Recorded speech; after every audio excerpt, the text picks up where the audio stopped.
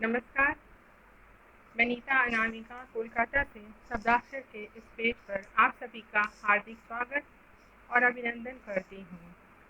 मैं बहुत बहुत आभारी हूँ इसके शब्दाक्षर के संस्थापक श्री रवि प्रताप सिंह जी का और राष्ट्रीय अध्यक्ष जो हैं इनके।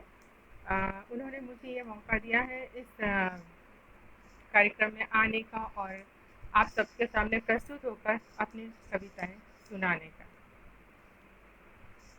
चलिए मैं एक छोटी सी सारिका से आप सभी का स्वागत करती हूँ। लोग अभी शायद जुड़ रहे हैं मुझसे।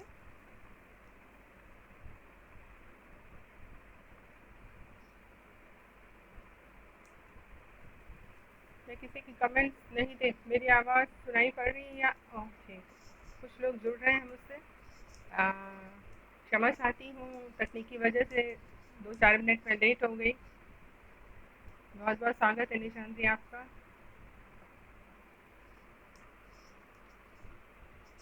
छोटी सी एक क्षणिका है जिससे मैं शुरू कर रही हूँ। उससे पहले मैं इस मंच को नमन करना चाहती हूँ, साथ ही शब्दाक्षर के सुधीजनों को भी मेरा बहुत बहुत प्रणाम और आभार। स्वागत है। दिखते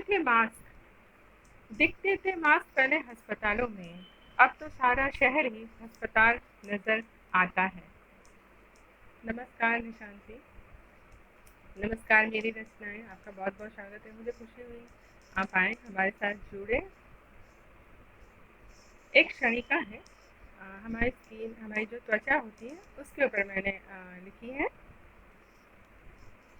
त्वचा मनुष्य शरीर का बाह्य आवरण, प्रजाति के अनुसार वर्ण बदलती सी, सख्त रक्षात्मक नमनशील, विस्तृत संवेदनशील, परंतु अपने समस्त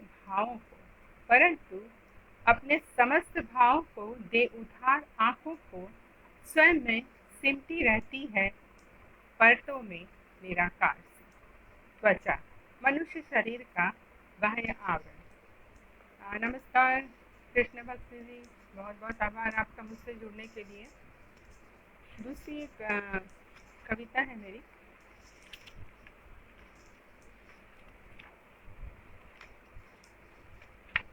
थैंक यू अर्जुन जी, आने के लिए बहुत बहुत शुक्रिया आपका, मुझसे जुड़ने के लिए और सुनने के लिए मैं बहुत बहुत आभारी हूँ। जो आप थैंक बहुत बहुत आभार कवि नीरज जी का। नमस्कार सर। एक कविता है जिसका शीर्षक है, बिना एयर प्लग के बोल, ठीक है। एक कविता है जिसका शीर्षक है सौंदर्य। सौंदर्य हम ढूंढते नहीं, झुठलाते हैं, ये विडंबना है हमारी। सौंदर्य का गठबंधन कामदेव से नहीं होता। छल के तीरों से घायल हम मृग की भांति मिथ्या मरीचिका के पीछे भागते हैं, या फिर आंखों में पट्टी बांध सत्य से मुंह मोड़ते हैं। सौंदर्य हम ढूंढते नहीं, झुठलाते हैं। सौंदर्य है पत्ती विहीन वृक्ष के उस ठूंठ, और ठूंठ में नीड़ बनाते आकुल पक्षियों में सौंदर्य है।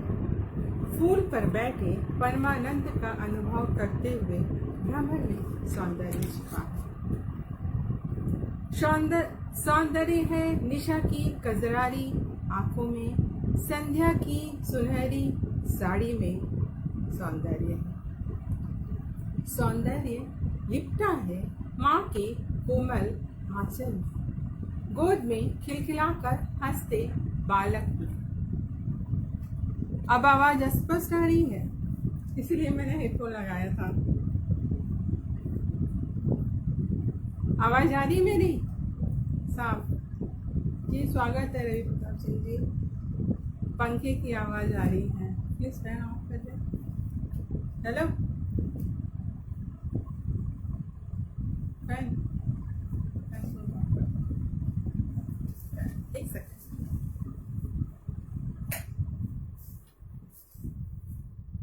अभी जाती हूँ। माफ़ी चाहती हूँ इस असुविधा के लिए। सौंदर्य है निशा की कजरारी आंखों में, संध्या की सुनहरी झिलमिलाती साड़ी में। सौंदर्य लिपटा है माँ के कोमल आंचल में और गोद में खिलखिलाते हंसते बालक में। सौंदर्य बिखरा पड़ा है, सौंदर्य बिखरा पड़ा है नाना नानी की कहानियों में, दादा की पोपले वाणियों में। सौंदर्य बिखरा पड़ा है। सौंदर्य हम ढूंढते नहीं, छुटलाते हैं। सौंदर्य है छंदों में, तालों में, शब्दों में। सौंदर्य है, सौंदर्य हम ढूंढते नहीं, छुटलाते हैं। हमारे आसपास बहुत सारी चीज़ों में सौंदर्य बिखरा पड़ा रहता है। नमस्कार विद्या मैम, बहुत बहुत आभार आपका। आप आई सुनने के लिए, बहुत बहुत शुक्रिया मैम। बहुत अच्छा लग रहा है। और जो भी मुझसे जुड़ रहे हैं, थोड़ी सी असुविधा होगी, इसके लिए मैं माफ़ी चाहती हूँ। दूसरी एक कविता है। जीवन में हमारी बहुत सारी घटनाएं घटती हैं जिस पे कुछ ना कुछ लिखना हमारा हो ही जाता है। ऐसी ही घटनाएं मेरे साथ काफ़ी घटती रही हैं, तो इसी पे मैंने एक कविता लिखी है। हमारा मनुष्य जो भी जीवित अवस्था में होते हैं, दो तरह के पदार्थ होते हैं इस संसार में, जीवित और मृत। तो जीवित पदार्थ की जो जैविक प्रक्रिया है, जिसको लैटिन में कहते हैं संवेदना, हिंदी में कहते हैं संवेद, और लैटिन में कहते हैं एमोवर। तो इसी एमोवर पर मैंने एक कविता लिखी है जिसका नाम है, शीर्षक ही मैंने दिया है एमोवर। एमोवर एक लैटिन शब्द अर्थात संवेग, दो तरह का होता है। जैविक संवेग, भौतिकी संवेग। जैविक संवेग पांचों इंद्रियों का संयोजन, शारीरिक परिवर्तन का एक रूप, आनंद, दुख, उत्साह, प्यार, भय, आशा, निराशा का एक इंद्रधनुष। पेशी एवं ग्रंथियों की गतिविधियों का समन्वय है जैविक संवेग। भौतिकी संवेग विज्ञान की भाषा में इसे कहते हैं मोमेंटम, एक स्थिर संरक्षित राशि। न्यूटन की गति के दूसरे नियम का स्वरूप, संपूर्ण ब्रह्मांड का संतुलन है संवेग। संवेग हर स्थिति में संरक्षित सा होता है, चाहे वो जैविक हो या भौतिकी। मैं थोड़ी सी नर्वस हो गई थी, लेट हो रहा था मुझे और तकनीकी कुछ असुविधा हो रही थी। माफ़ी चाहती हूँ, थोड़ा सा स्थिर हो रही हूँ आस्ते आस्ते। आप सभी के सामने आप सभी का प्यार मिल रहा है और बहुत ही तारीफ मिल रही है, तो मेरा इस तरह से हौसला बनाए रखिए। मैं ऐसी एक छोटी सी घटना कहना चाहती हूँ आप सभी से। मैं एनजीओ के लिए काम करती हूँ, की भी है और भी कई संस्थाओं से जुड़ी हुई हूँ। तो उसी में एक घटना हो गई थी हमारे साथ, मैं आपको बाद में सुनाऊंगी। उससे पहले मैं एक कविता सुनाना चाहती हूँ जिसका शीर्षक है चांदनी। जिसका शीर्षक है चांदनी। छोटी सी कविता है प्रेम की एक। वो चांदनी ही तो थी, वो चांदनी ही तो थी, सिमट रही थी अपने चांद के आगोश में खुद बिखर कर। उसे काली अंधेरी रात से डर लगता था, उसे सूरज की जलती निगाहों से भी शिकायत सी थी। बहुत बहुत आभार जो मुझसे जुड़ रहे हैं। मैं अभी देख नहीं पा रही, बाद में आप सभी का आभार प्रकट करूंगी। उसे सूरज की जलती निगाहों से शिकायत सी थी। वह हर रोज सुबह अपने चांद के पास आने की प्रेरणा देती थी। वह हर रोज अपनी सहेली संध्या का हाथ थामे बादलों की ओट में छिपते छिपाते चांद से मिलने आती और सर्द से चांद के सीने में लग उसमें खो सी जाती। पर इन दिनों न जाने कहाँ गुम सी है, पर इन दिनों न जाने कहाँ गुम सी है, सूना सा पड़ा है आसमान भी, सूना सा पड़ा है आसमान भी चांदनी के बिना। अब चांद भी नजर नहीं आता, अब चांद भी नजर नहीं आता। ऐसा लगता है नजर सी लग गई है उन दोनों के प्यार को, ऐसा लगता है नजर सी लग गई है उन दोनों के प्यार को, किसी काली अमावस रात की। बहुत बहुत शुक्रिया कृष्ण केतु जी आपका हमसे जुड़ने के लिए। कोशिश कर रही हूँ, शायद मेरी आवाज़ आ रही होगी, सुनाई पड़ रही होगी सभी को। नमस्कार सत्य प्रकाश जी, आपका बहुत बहुत आभार है जुड़ने के लिए।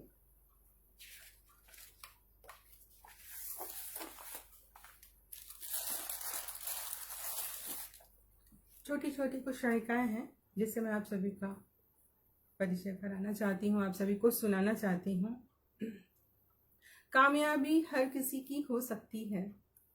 हम बहुत सारे काम में कभी कभी असफल हो जाते हैं, जैसे मैं थोड़ी देर पहले असफल हो गई थी आप सभी से जुड़ने के लिए। तो कामयाबी हर किसी के बस में हो सकती है, बस ढूंढना पड़ता है उसे अपने ही अंदर छिपे किसी कोने में।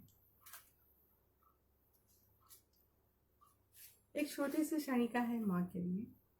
आज भी याद आती है, आज भी याद आती है माँ के आंचल की खुशबू, कुछ गीले कुछ सूखे अनगिनत प्यार से भरे आंचल की।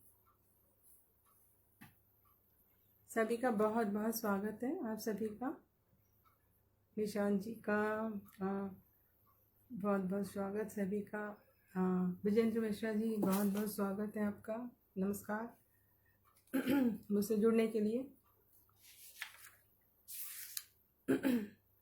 एक कविता है मैंने जिस पे लिखा था भस्म पे, और इसकी मैंने ऑडियो विजुअल भी बनाई थी। मुझे ऐसा लगता था कुछ ऐसी चीज़ें हमारे आसपास होती हैं जो हमारे लिए बहुत ही नगण्य होती हैं, हम उसका भाव नहीं देते, उसको कोई महत्व नहीं देते हैं। तो मैंने इस भस्म एक शब्द है जिसे मैंने उठाया और इस पे मैंने एक कविता लिखी। मैं भस्म, 2.5 अक्षर का मात्र एक शब्द, जल वायु अग्नि के पश्चात ब्रह्मांड का चौथा शाश्वत सत्य। मैं भस्म, शुद्ध से अशुद्ध तक, हवन कुंड से श्मशान तक, बस मेरा ही विस्तार। मैं भस्म, ऋषियों का श्राप हूं मैं, शिव का श्रृंगार हूं मैं, एक विस्तार हूं मैं भस्म, कवियों की कल्पनाओं से परे, उपेक्षित तिरस्कृत विनाश का प्रतीक, अस्तित्व मेरा भयावह। मैं भस्म, शरणागत है संसार मेरा, मेरी ही मुट्ठी में समग्र अहंकार, मैं हूं सत्य का आधार। मैं भस्म। हम सभी एक ना एक दिन इस दुनिया को छोड़ के जाते हैं, तो इसी मिट्टी में भस्म बन के मिल जाते हैं। इसी पे मैंने लिखा था। ऋषियों का श्राप, भस्मासुर कहानी हम सभी ने सुनी है, उस पे मैंने उठाया था। शिव का श्रृंगारी है भस्म, और कवियों की कल्पनाओं से परे है, मेरे साथ जुड़ गया ये भस्म।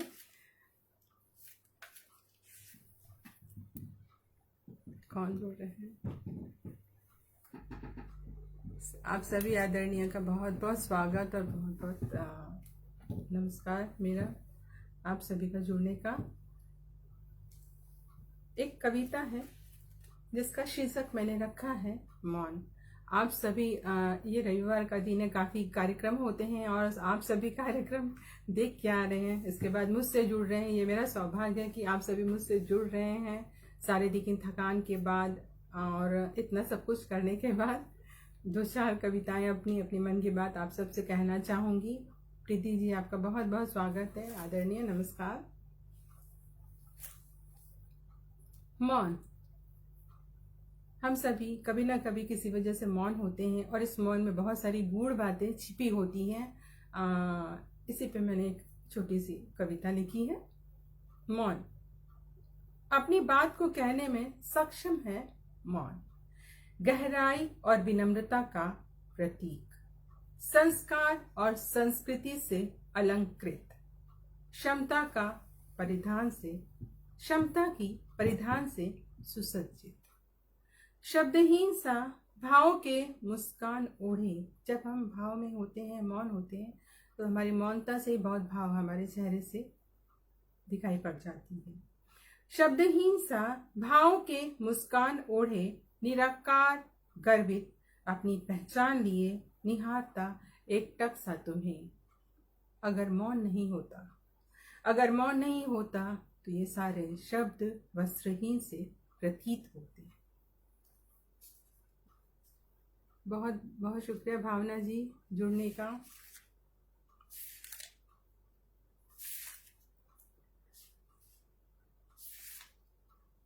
एक कविता मैंने बहुत पहले से लिखी थी, और मैंने पहले अपनी गोष्ठी में, जब मैं सबसे पहले गोष्ठी, मैंने एक गोष्ठी में मैं गई थी, और वो मेरी पहली गोष्ठी थी जीवन की, उसमें मैंने सुनाया था, जिसका शीर्षक है जड़ें। हम तो सारे शब्दों पे कविताएं लिखते हैं, हम सारे भाव पे कविताएं लिखते हैं, तो मुझे ऐसी एक बार सोच आई कि एक ऐसी चीज़ भी होती है जिससे हम, मतलब हम उन चीज़ों पे कभी सोचते नहीं, कभी ध्यान नहीं देते, पर वो हमें बहुत ही शिक्षा दे जाती है। मुझे बहुत कुछ सोचने के लिए मजबूर किया था उस घटना ने। तो उस पर मैंने लिखी थी एक कविता जिसका शीर्षक है जड़ें। जड़ें ढूंढती हैं अपना अस्तित्व अथाह पृथ्वी की तहों में, अपनी असंख्य बाहें फैलाए, अपनी असंख्य बाहें फैलाए, निशब्द अथक हर पर। नर्म कोमल शिराओं से कठोर निर्मम पत्थरों को हौले से परे ढकेल, गहराई की हर सीमा को पार करती हैं जड़ें। कभी खुद में उलझते हुए, तो कभी मिट्टी के रंग में बेदरंग करते, निशब्द अथक हर पर।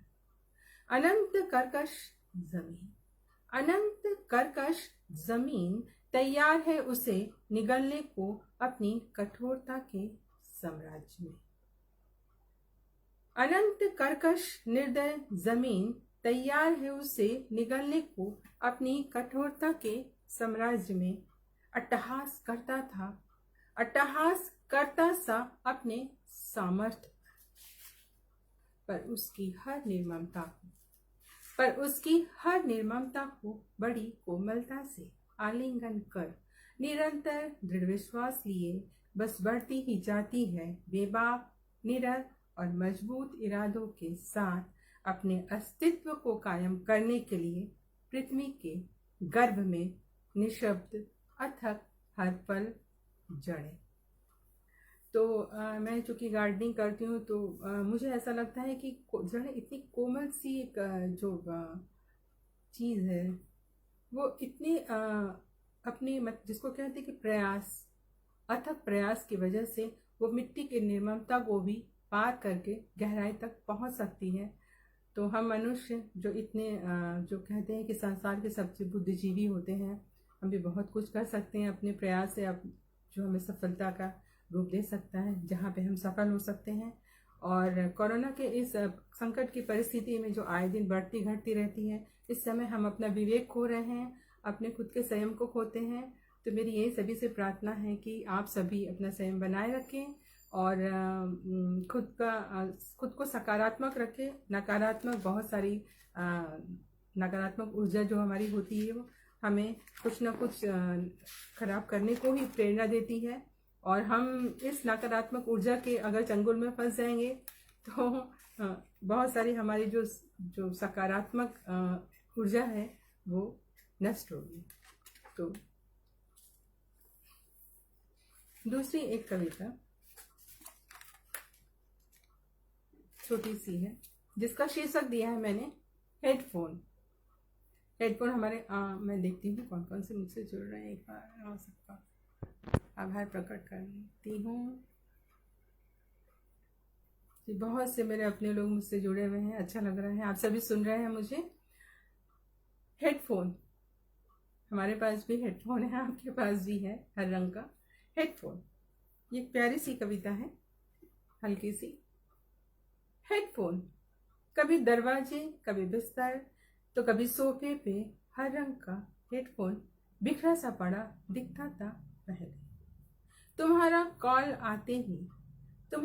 कॉल आते ही बिजली की तरह लपक उठा लाती थी और जोड़ देती थी तुम्हारी आवाज और मेरे कानों के बीच का कनेक्शन हेडफोन से।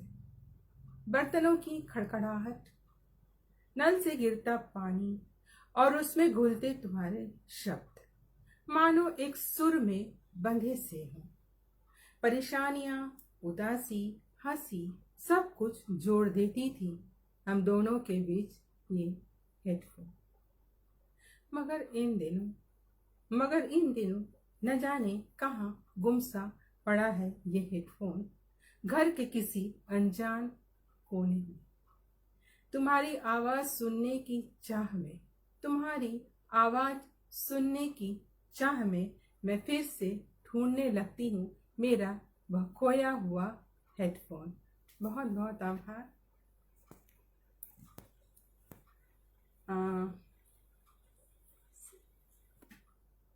शुक्रिया आप सभी का सुनने के लिए। मुझे एक छोटी सी घटना मैं बताना चाहती हूँ, आपके सबके साथ शेयर करना चाहती हूँ, क्योंकि पता नहीं आप कब जुड़े हम आपसे।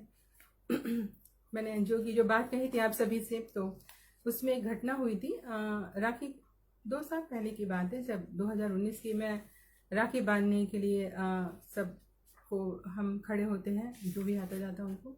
तो उसमें एक रिक्शे वाले को मैंने राखी बांधने के लिए बुलाया। वो आया मेरे पास, तो मैंने उसको बोला कि आओ मैं तुम्हें राखी बांधती हूँ। तो उसने कहा कि दीदी मुझे राखी नहीं बंधवानी। मैंने कहा क्यों भाई, ऐसी क्या बात है जो आप मुझसे राखी नहीं बंधवाना चाहते हो? सारे आते जाते लोग आ रहे हैं, मिठाई खा रहे हैं, बंधवाओ। बोला नहीं मैं नहीं बंधवाऊंगा। तो मैंने कहा कि क्यों? तो उन्होंने कहा कि नहीं दीदी आपको मुझे पैसे देने पड़ेंगे, हमारा संस्कार होता है हिंदू का कि हम जब भी राखी बंधवाते हैं पैसे देते हैं।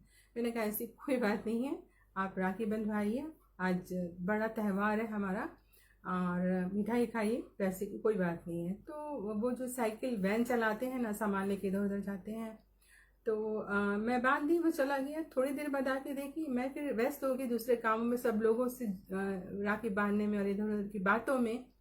आया तो मेरे हाथ में बोला दीदी लीजिए, तो मैंने हाथ में ले लिया। फिर मैं बात करने के बाद थोड़ी देर बाद देखी तो उसने मेरे हाथ पे 11 रुपया रख दिया था। तो मैंने उसको बुला के पूछा कि अरे भाई मैंने तो तुमसे पैसे नहीं मांगे थे, तुमने क्यों दिए मुझे पैसे? तो उसने कहा कि दीदी ये हमारा संस्कार है, माँ ने मुझे बचपन में सिखाया था, जब भी कोई बहन राखी बांधती है तो उसे खाली हाथ नहीं लौटाया जाता है।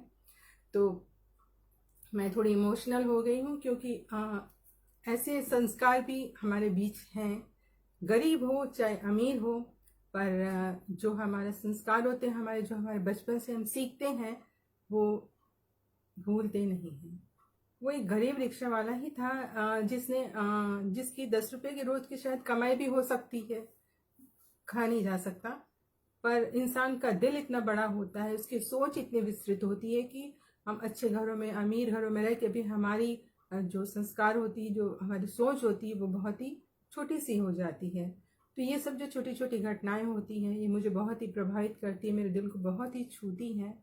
और मैं आज भी उस 10 रुपये के नोट को रखा है, मैं उसको भूल नहीं पाती हूँ, और मैंने उसको कभी खर्च करने की मैंने कोशिश भी नहीं की, क्योंकि वो मेरी बहुत सी प्यारी याद है, जिसे मैं हमेशा अपने साथ, अपनी जिसको बोलते हैं कि अंतरात्मा की एक जो शक्ति होती है, वो मुझे मिलती है उस चीज़ों को देख के, कि प्यार इतना बिखरा पड़ा हमारे आसपास, अगर हम उसे समेटना चाहें तो किसी भी रूप में समेट सकते हैं। कोई ज़रूरी नहीं है कि हमें प्यार छीना जाए या ज़बरदस्ती किसी से ली जाए। छोटी छोटी बातें होती हैं जो हमें बहुत ही सुख पहुंचाती हैं, बहुत ही ऊर्जा देती हैं। तो ऐसी घटनाएं हमारे आपके साथ, सबके साथ होती रहती हैं। मैं सच में बहुत ही भावुक हो गई आपको बोलते बोलते। ये 2 साल पहले की बात है, और जब भी मैं अभी याद की आप लोगों से, मैंने इस बात को साझा किया आप सभी से, तो सारे दृश्य मेरे आपके सामने चले आए। एक कविता थी, छोटी सी क्षणिका है, ये भी एक घटना के रूप में ही है मेरी जीवन की। जब मैं अपनी कविताएं कुछ देना चाहती थी किसी को, तो उन्होंने कहा कि अच्छा लिखिए, ऐसा ही कुछ कहा था, हम सभी के साथ ही ऐसा होता है। तो मुझे दुख लगा था और मैंने उस पर 4 लाइन लिखी थी, 4 पंक्तियां। सुनो मेरे शब्द कोई विज्ञान नहीं, सुनो मेरे शब्द कोई विज्ञान नहीं, जिसे देना पड़े प्रमाण तुम्हारे तय किए हुए प्रयोगों का। ना ही लागू होता है कोई शोध तुम्हारा, ना ही लागू होता है कोई शोध तुम्हारा मेरे एहसासों को साबित करने हेतु। क्योंकि ऐसा कोई तराजू नहीं, क्योंकि तुम्हारे पास ऐसा कोई तराजू नहीं जो मेरे शब्दों के भावों की पैमाइश कर सके। तो ये होती है जीवन में सबके साथ, मेरे साथ भी, और मैं बहुत सच्चाई से आप सभी के सामने अपनी जो घटनाएं हैं साझा कर रही हूँ। इंसान के साथ ऊंच नीच, अच्छा बुरा सब चलता है जीवन में। ऐसा नहीं कि हमारे साथ हर अच्छी चीज़ें ही आती हैं, हम बुरी चीज़ों का भी सामना करते हैं या फिर उस घटना से गुजरते हैं। तो ऐसा बहुत ही कुछ होता है। एक कविता मैंने लिखी थी विश्वास के ऊपर। हम सभी अपना विश्वास खोते जा रहे हैं रिश्तों में, अपने आपस में, अपनी सोच में। तो विश्वास या प्यार जो है एक बंधन है जो हमें एक दूसरे से बांधता है, जोड़ता है, वो बहुत ही ज़रूरी है। और इसे हम ना खोएं तो अच्छा है, क्योंकि ये एक ऐसा बंधन है जो हर डोर से, हर तरह से हमें एक दूसरे से बांध के रखता है। एक ऐसी डोर है विश्वास। तो इसी पे मेरी कविता है, विश्वास। मैं फरार हूँ रिश्तों में, भाव में, एहसासों में, शब्दों में। बोझिल हो जाता हूँ बंधनों से और झुठलाने लगता हूँ हर वादों को, हर एक कसमों को।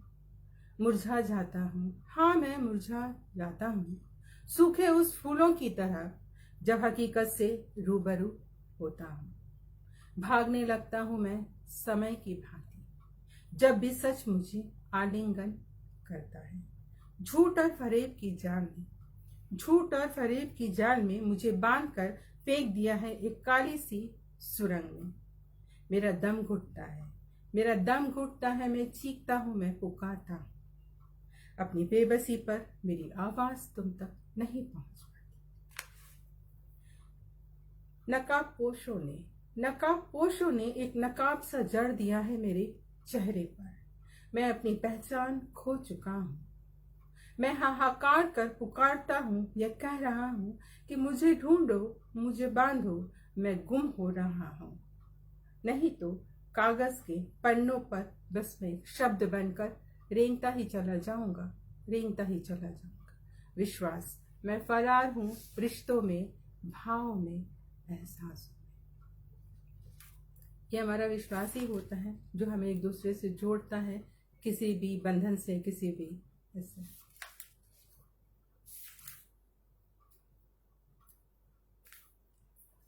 बहुत बहुत नमस्कार जो आप हमसे जुड़ रहे हैं।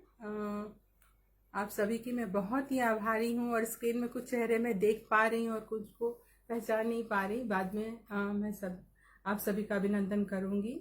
और बहुत ही सुखद है आप सभी से जुड़ना, मन की बातें कहना। एक बहुत सौभाग्य की बात है कि हम अपनी मन की बात घर वाले से और या बाहर वाले से जिससे भी करते हैं, जुड़ते हैं, तो हमारा एक बंधन बनता है, उससे हमारा एक रिश्ता जुड़ता है। और आज वही आपसे मेरा रिश्ता जुड़ रहा है, एक विश्वास का, प्यार का।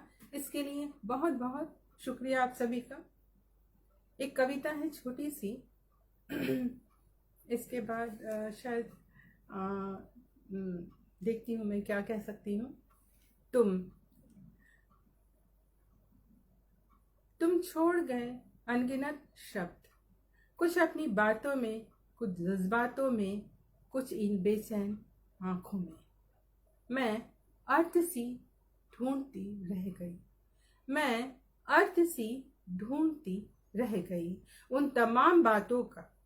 और तुम रोज दर रोज अर्थहीन से होते चले गए। न जाने कितने सवाल, न जाने कितने सवाल, और आंखों में नमी से बन उतर आते सारे जवाब। लौट कर उसी पल में दोबारा सारी कोशिशें लगा मैं कुछ ढूंढती सी बेचैन। दिख रही हैं मुझे वही कुर्सियां, आसपास के वही लोग, जानी पहचानी सारी आवाजें और साथ कॉफी की खुशबू। सहसा तुम आते नजर आते दिखे मुझे, सहजता से मुस्कुराते, आंखों में झांकते और पास बैठने की जगह बनाते। क्या था उस पल में, क्या था उस पल में जो बांध रहा था अनजान से कोमल धागों के रिश्ते। क्या था उस पल में जो बांध रहा था मुझे अनजान से कोमल धागों के रिश्ते में। इन दिनों कॉफी की खुशबू अच्छी नहीं लगती, ऐसा लगता है कि उसकी खुशबू में कहीं तुम सिमटे से हो। बहुत बहुत धन्यवाद जुड़ने के लिए आप सभी का। एक छोटी सी शरीका बोलूँगी, इसके बाद में विदा लेना चाहूँगी आप सभी से। आदरणीय शशि किरण जी, आपका नमस्कार। नमस्कार बहुत बहुत। केवल जी, बहुत बहुत नमस्कार जुड़ने के लिए।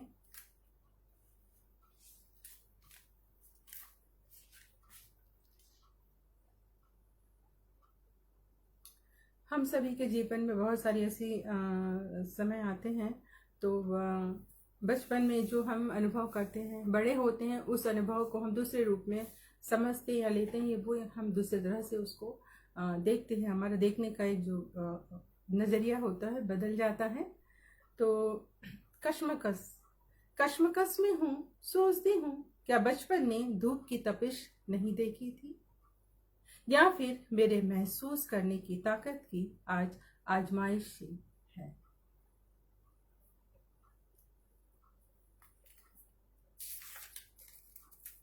माँ के ऊपर एक छोटी सी शरीका लिखी है मैंने।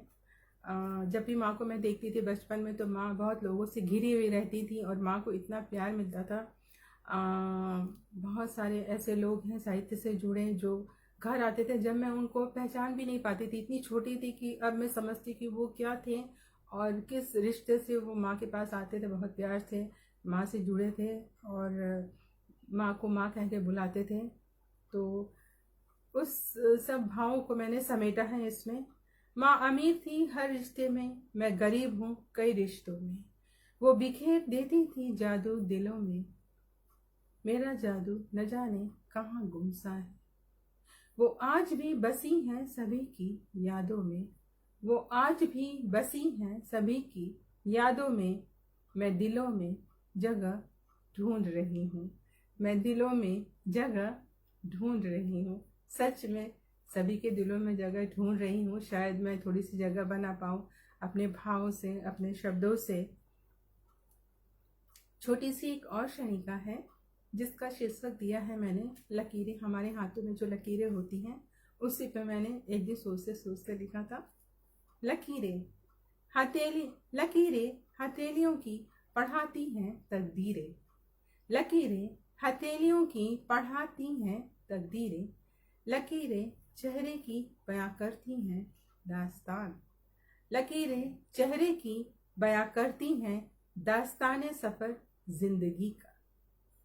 लकीरें कागजों पर पनाह देती हैं एहसासों को, लकीरें कागजों पर पनाह देती हैं एहसासों को। लकीरें, ये लकीरें ना होती तो हाथ कुछ अधूरे से, चेहरे कुछ अधूरे से और कागज के पन्ने भी कुछ अधूरे से होते। ये लकीरों का ही तो कमाल है, जो शब्द देते हैं हम लिखते हैं। ये लकीरों का ही तो कमाल है कि हमारे चेहरे की उम्र की दास्तान बताती हैं कि हमने सफ़र कितना तय किया है अपने जीवन का।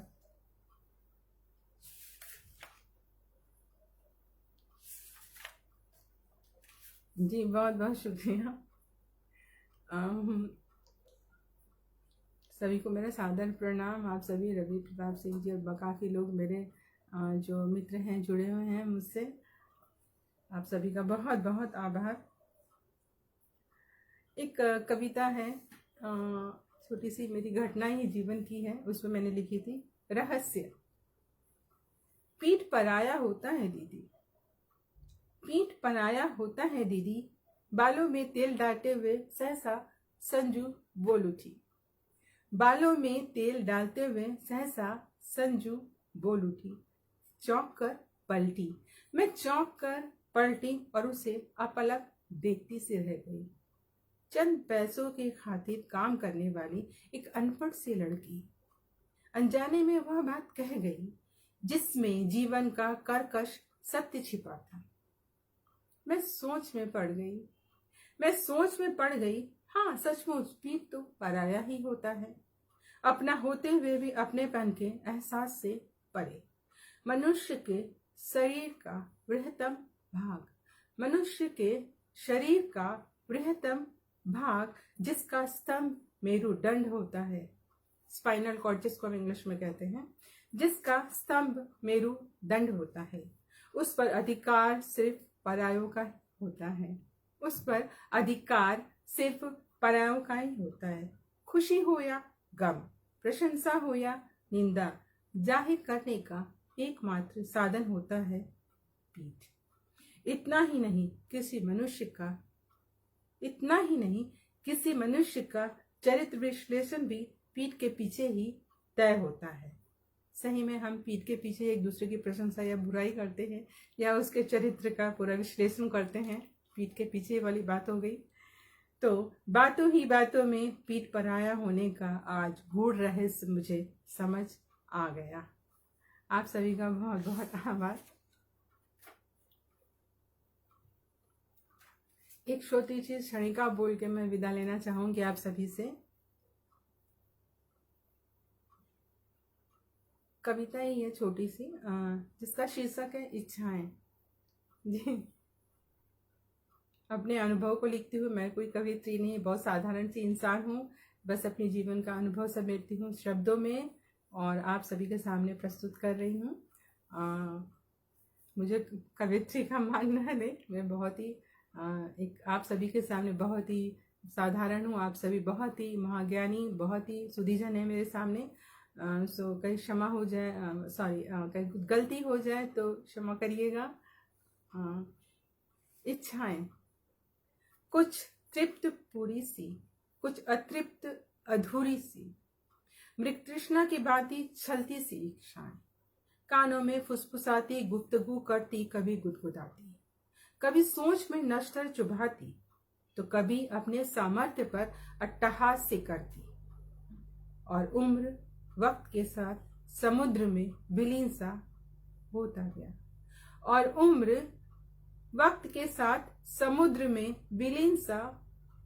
है। परीक्षाएं वैसी की वैसी अधूरी सी, अतृप्त प्रलोभन देती सी, बेसब्री सी, कशमकश मकड़े की जाल जैसी, छटपटाती बेबसी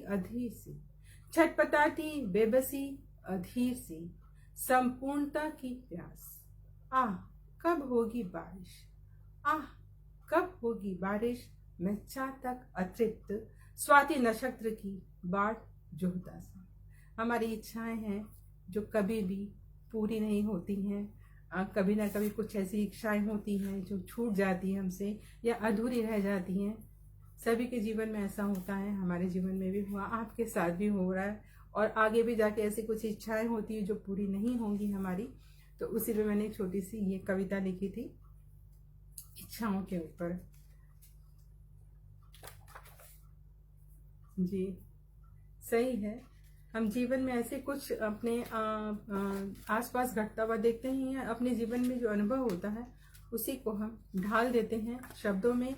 और मैं तो ये सोचती हूँ, और अब थोड़ी सी आप लोगों से बातें कर लेती हूँ। ये सोचती हूँ कि लिखना अपने आप में एक अपने आप के अंदर के भाव को प्रकाश करना होता है। और मैं कुछ दिन पहले विद्या मैम की एक साक्षात्कार ली थी, तो मैं उनसे काफ़ी सारी बातें हुई थी, बहुत ही अच्छा लगा था।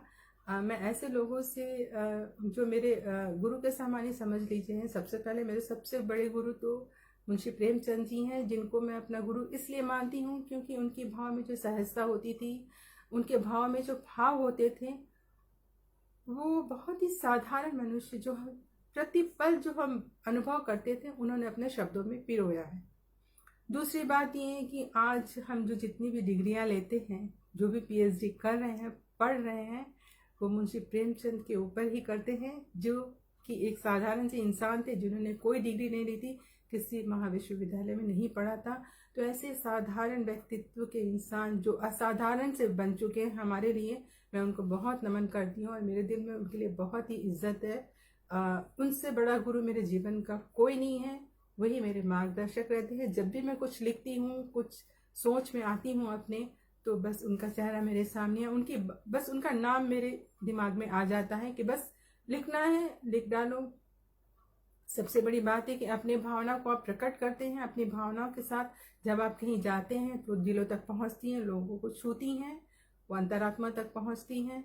तो ये सबसे बड़ी बात है कि अगर मेरी बात आप तक पहुंची या मैंने कुछ अपने भाव को प्रकाश किया तो आप तक आपके अंतरात्मा को छू रही है, तो ये बहुत ही अच्छी बात है। मैं ऐसे कहने को तो मैं साइंस की स्टूडेंट हूँ, विज्ञान की, पर मुझसे बहुत लोगों ने पूछा कि आप कैसे लिखती हैं, आप हिंदी में इस तरह की इसके शब्दों का व्यवहार करती हैं। मैंने कहा बस आ जाते हैं कुछ भाव ऐसे कि मैं लिखना शुरू कर देती हूँ। न मैंने हिंदी बहुत ज़्यादा साहित्य पढ़ा है, न मैं हिंदी लेके MA की हूँ, मैं साइंस ही पढ़ी हूँ, साइंस की स्टूडेंट है। सो कि शायद मैं डॉक्टर भी बन सकती थी या कुछ और भी बन सकती थी, पर जो होता है किस्मत में लिखने का, आपके सामने आज मैं बैठी हूँ। इस अपनी लेखनी की वजह से आप सभी का प्यार मुझे मिल रहा है।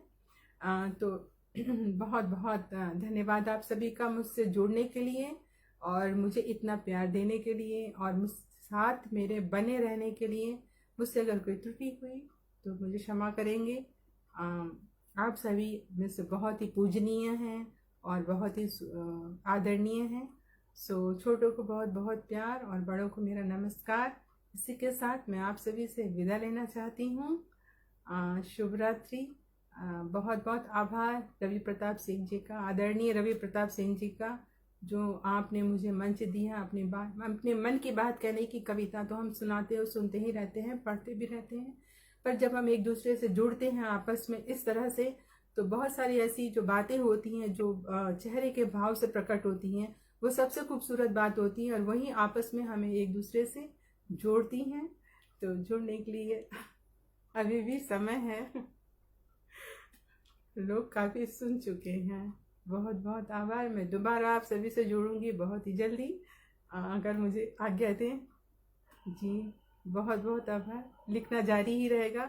बहुत सारी ऐसी कविताएं हैं जो मैं अगर कभी वापस जुड़ी आप सभी से तो मैं फिर से सुनाऊंगी आप सभी को मेरी अपनी मन की बात, अपनी जो मेरी सोच है और मेरे जो भाव हैं। तब तक के लिए शुभ रात्रि, नमस्कार, धन्यवाद।